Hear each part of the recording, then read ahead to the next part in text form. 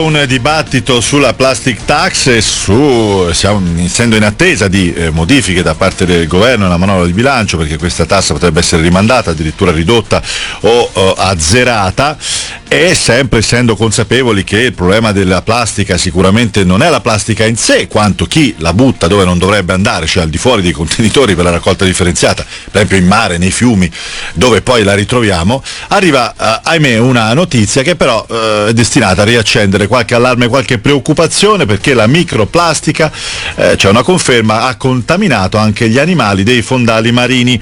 È con noi Alessandro Cau, ricercatore dell'Università di Cagliari, benvenuto. Buon pomeriggio a tutti. Abbiamo detto nei titoli, avete in base al vostro studio ritrovato una percentuale, in una percentuale elevata di crostacei, tra l'altro tra quelli più gustosi anche commercializzati sul mercato italiano, presenza di microplastiche. È così? Che ricerca, in che modo avete effettuato questa ricerca, Cau? Verissimo, allora l'incidenza delle microplastiche, cioè gli individui positivi alle microplastiche, erano rispettivamente per le due specie considerate, che come avete letto sono lo scampo e il gamero viola, che sono, come avevo anticipato, le più commercializzate a livello mediterraneo, un'incidenza dell'85% per gli scampi e del 70% per il gamero viola, quindi sono comunque un numero di individui positivi elevatissimo, se consideriamo la media degli altri organismi dove sono state effettuate delle indagini simili. Cioè possiamo un po' banalizzare, più della metà, quasi tutti nel caso del gambero viola, insomma, avevano presenza di microplastiche, chi più chi meno. Che tipo di microplastiche?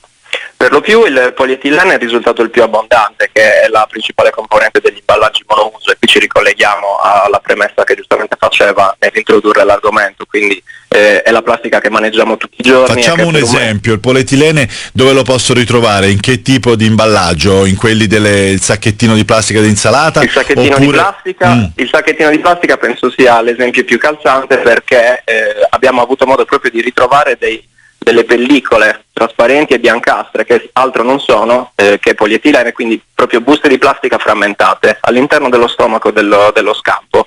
C'è da domandarsi come sia possibile che ancora oggi, con tutto quello che c'è in termini di sensibilità, ma anche di disposizione di cassonetti per la raccolta differenziata, questo accada.